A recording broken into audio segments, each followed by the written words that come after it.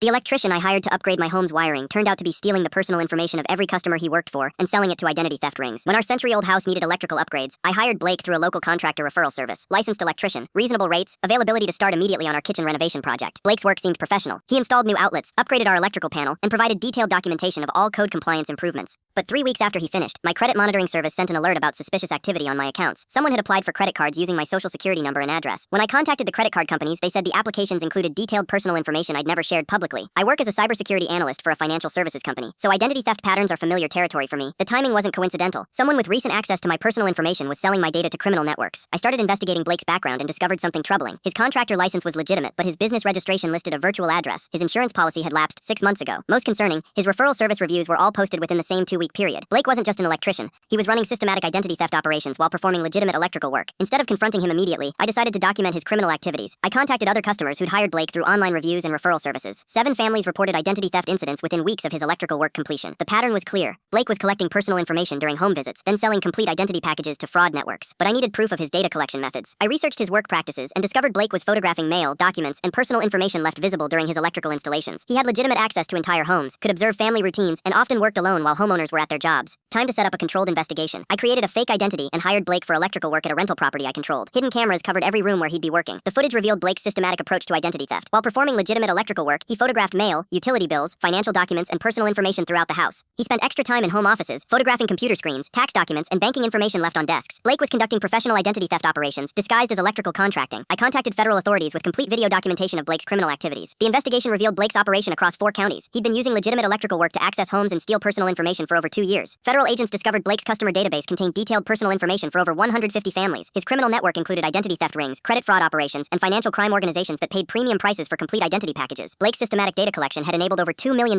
in identity fraud across the region. The arrest coordination was perfect. Federal agents apprehended Blake during another electrical job while simultaneously raiding his apartment and criminal associates. Blake's computer contained thousands of photos of personal documents, detailed identity profiles, and communication records with fraud networks. During questioning, Blake revealed his business model. Electrical work provided legitimate home access, allowed him to observe personal information, and created trust that prevented suspicion. And his criminal network specifically targeted electrical contractors because homeowners leave sensitive documents visible during renovation projects. Blake faced federal charges for identity theft, wire fraud, and organized crime. Using legitimate contractor access to facilitate identity fraud carried enhanced penalties. The investigation led to arrests of Blake's criminal network, including fraud rings and money laundering operations that relied on his stolen identity data. Blake received 6 years in federal prison plus restitution to all affected customers. His accomplices got sentences ranging from 3 to 8 years. We hired a legitimate electrician through a licensed company with proper background verification and insurance coverage. The electrical work in our house is actually up to code now, and our personal information stays private during contractor visits. Blake thought electrical contracting provided perfect cover for systematic identity theft. Contractors have legitimate access to entire homes and homeowners trust them completely. He didn't expect to target a cybersecurity analyst whose job involves detecting identity fraud patterns and building criminal cases for federal prosecution. Why did the animal control officer ask me to keep track of my neighbor's missing dog's barking schedule? I'm obsessed with my garden. Every morning at 6 a.m. sharp, I'm out there watering my tomatoes, checking on my peppers, and pulling weeds. It's my meditation time before the world wakes up. My neighbor James has this gorgeous German shepherd named Rex. Massive dog, beautiful coat, always perfectly groomed. For 2 solid years, Rex barked at me every single morning through our shared fence. Like clockwork, 6 a.m. on the dot, he'd see me and start his territorial display. I didn't mind it. Actually found it kind of endearing. Rex was just doing his job, protecting his territory. James would always yell at him to shut up, but I'd wave at Rex and he'd calm down after a few minutes. Then about 6 weeks ago, the barking just stopped. Complete silence. I figured maybe James finally got Rex trained or something, but it felt weird. Rex had been so consistent for 2 years. When I saw James at the mailbox, I casually asked about Rex. His whole demeanor changed, got really nervous, wouldn't make eye contact. Oh, Rex ran away last month. We're devastated, been posting flyers everywhere. Sure enough, missing dog posters started appearing all over the neighborhood. James was playing the heartbroken owner perfectly, asking everyone if they'd seen Rex, even offering a $500 reward, but something felt off. Rex was incredibly well trained and never left James's side during walks. Plus, James had this expensive invisible fence system installed just last year specifically for Rex. Then I started noticing other weird things. James's new girlfriend Melissa had been spending more time at his house. She drove this pristine white BMW and always parked in the garage now instead of the driveway where Rex used to greet visitors. Yesterday morning, everything changed. I'm out in my garden at my usual 6 a.m. ritual when I hear it. Faint barking coming from James's house. Not from the yard where Rex used to bark, but from somewhere inside. Basement maybe? The barking pattern was identical to Rex's old routine. Same duration, same intensity, same territorial aggression, but it was muffled, like it was coming from underground. That's when the animal control officer knocked on my door. Her name was Samantha, and she looked serious. We received an anonymous tip about your neighbor James. Someone reported possible animal cruelty. Did you notice anything unusual about his dog Rex? I told her everything. About Rex's 2-year barking routine, how it suddenly stopped when James claimed he ran away, and most importantly, how I'd been hearing the same barking pattern from inside his house every morning. Samantha's eyes lit up. Can you show me exactly where you hear the barking? And would you be willing to document the timing? We walked to my tomato plants right against the fence. At exactly 6:02 a.m. we heard it again. Rex's unmistakable bark coming from James's basement window. Samantha immediately called for backup. This is exactly what we needed, she explained. We suspected James never lost Rex, but we needed proof the dog was still on the property. Your consistent garden routine gives us a reliable reliable witness with a clear timeline. Within an hour, 3 animal control vehicles and 2 police cars surrounded James's house. Samantha had a warrant based on my testimony about the barking schedule. They found Rex chained in James's basement. The poor dog was malnourished, had matted fur, and was sitting in his own waste. Apparently, James had been keeping him locked up for weeks because his new girlfriend Melissa claimed she was deathly allergic to dogs. But instead of rehoming Rex properly, James decided to hide him in the basement and tell everyone he'd run away. The missing dog posters were just elaborate theater to cover up animal abuse. The basement was disgusting. No windows, barely any ventilation, and Rex had been living in complete darkness except for a single bare bulb. The smell was overwhelming. James tried to play innocent when they arrested him. I was just trying to find him a new home. Melissa's allergies are really bad, but the evidence was clear. Rex had been imprisoned, not rehomed. Animal control immediately rushed Rex to the emergency vet. Despite everything, his tail started wagging the moment he saw sunlight again. Dogs are incredible that way. James got charged with animal cruelty, filing false police reports, and fraud. Melissa disappeared the same day James got arrested. Turned out she wasn't even allergic. She just didn't want to deal with a big dog in her space. Rex is recovering at the animal control facility now, and Samantha says he'll be available for adoption once he's fully healthy. She asked if I'd be interested, but I travel too much for work. To cut costs, HR sent an email freezing my 30-year pension. They forgot the exit clause in my founder's agreement that stated any adverse change to my compensation triggered a mandatory $25 million penalty. I knew they'd screwed up the moment I saw that cold corporate email. Due to evolving fiscal priorities, your pension benefits are temporarily suspended. No phone call, no explanation, just a chatbot message for someone who helped build this company from nothing. I sat in my kitchen, toast getting cold, reading it again and again, 30 years of weekends, crises, and late nights, and this is how they repay me? Like I was just another line item to cut. The email came from Jennifer Walsh, some 28-year-old VP who probably thinks I'm just another old-timer collecting dust in accounting. She's never heard the stories about how I mortgaged my house 3 times to keep payroll running in '08. Never knew about the Christmas I spent in the server room fixing a catastrophic data breach while everyone else was home opening presents. But here's what they forgot. I'm not just any employee. I'm a founder. I walked to my kitchen cabinet, the one where old papers go to die, and pulled out a dusty black binder. My original founder's agreement from 2001. I flipped to page 47, clause 14D. Any material adverse change to compensation triggers immediate severance payout of $25 million,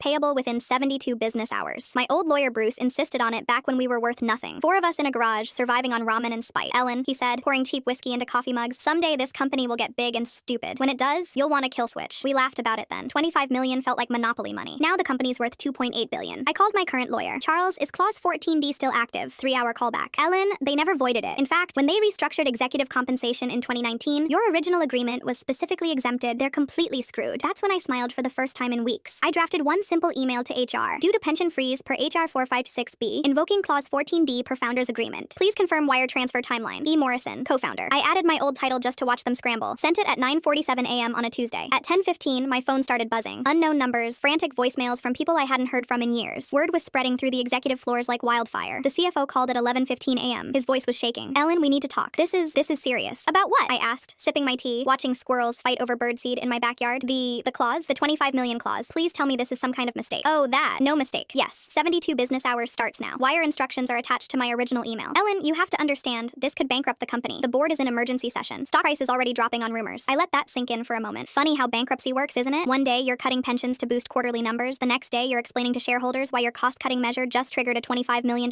penalty. We can negotiate? The contract doesn't mention negotiations, David. It says 72 business hours. That's Thursday at 5 p.m. I hung up and made myself another cup of tea. By Wednesday morning, 3 different law firms had called. The local news was sniffing around. Someone leaked that a disgruntled founder was holding the company hostage. Disgruntled. I liked that. Thursday at 4:47 p.m., my phone buzzed with a wire transfer notification. $25 million.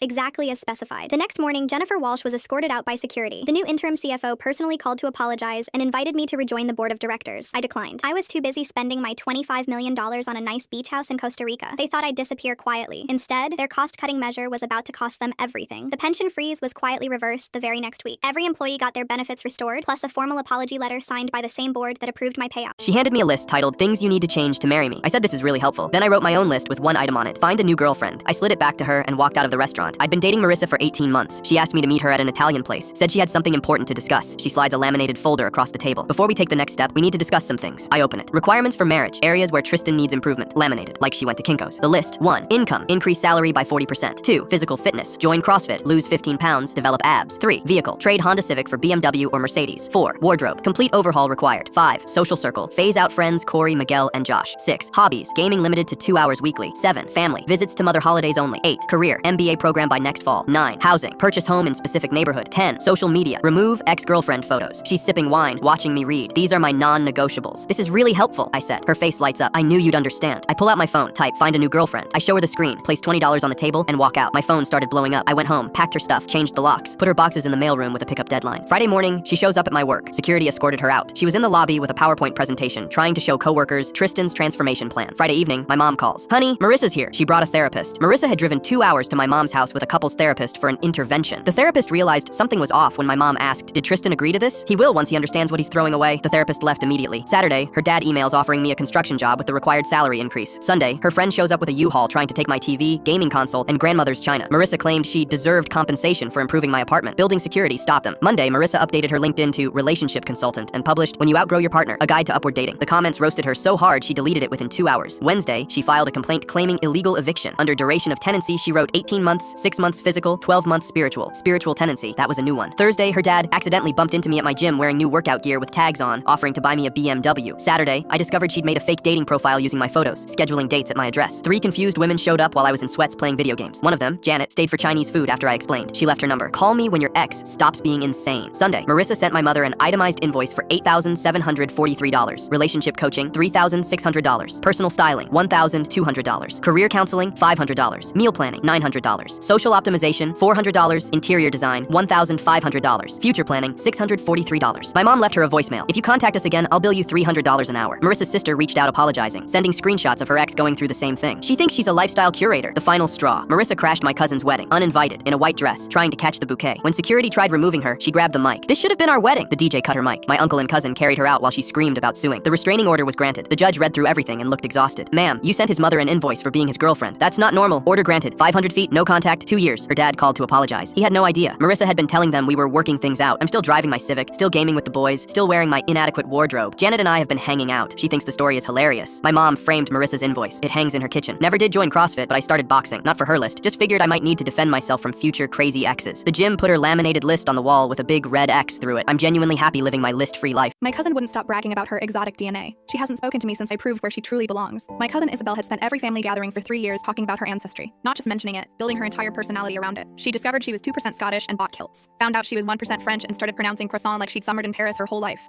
The worst part was how she wielded it against everyone else. She'd look at my Mexican husband and explain how her 0.3% Spanish DNA meant she understood his culture better than he realized. Told my Korean sister-in-law that her 0.1% East Asian heritage gave her insight into kimchi. Posted constantly about her diverse genetic tapestry, while the rest of us were apparently boring for only claiming the heritage we actually grew up with. Thanksgiving 2022 was peak Britney. She arrived wearing a dashiki because she discovered she was 0.8% North African. Brought a PowerPoint presentation about her genetic journey. Literal slides, 47 of them. We ate cold turkey because she wouldn't stop talking about haplogroups. She'd paid for the basic ancestry test from one of those budget companies, the kind that advertises on podcasts and promises to unlock your genetic secrets for $39.99. She treated those results like they were carved in stone by Moses himself. That's when I decided to give her a real gift. I bought ancestry tests for Christmas. Not for Britney, for everyone else. The expensive ones. The medical grade, $300 kind that actually break down your genetics properly. Told everyone except Isabel that we were doing a family comparison project. Christmas morning was beautiful. 23 family members opening identical boxes. Isabel was thrilled, thinking we were all following her genetic awakening journey. She offered to lead a workshop on understanding our results. 6 weeks later, the results arrived. We planned a reveal party. Isabel made another PowerPoint, ready to help us interpret our ancestries through her expert lens. My results came first. 16% Scottish.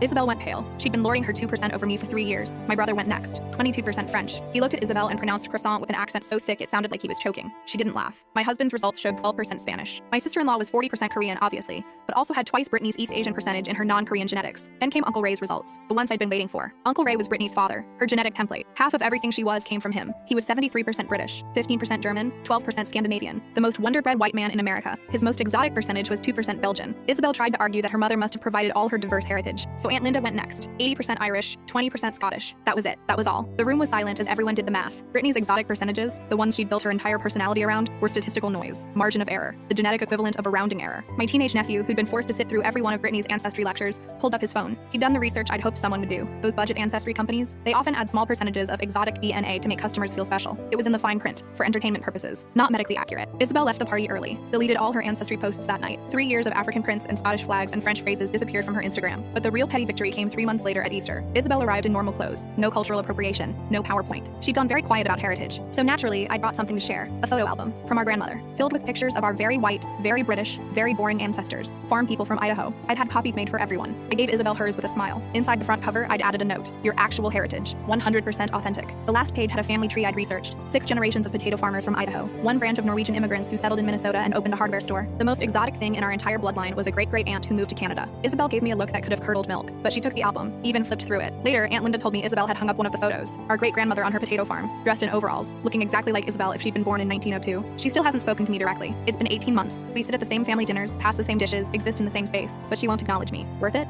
My stepfather always said I should be grateful he invested in someone else's kid, so I decided to show him exactly what return on investment looked like. When my mom married Richard when I was 10, he made it clear that raising me was a financial burden he was graciously shouldering. Every school expense, every activity fee, every basic need became a lecture about his generous investment in someone else's child. Mom worked long hours and often missed these conversations, leaving me to face his calculations alone. "I'm investing in you when I don't have to," he'd say when signing permission slips. "Real fathers get returns on their investment. I just get bills." He'd calculate everything.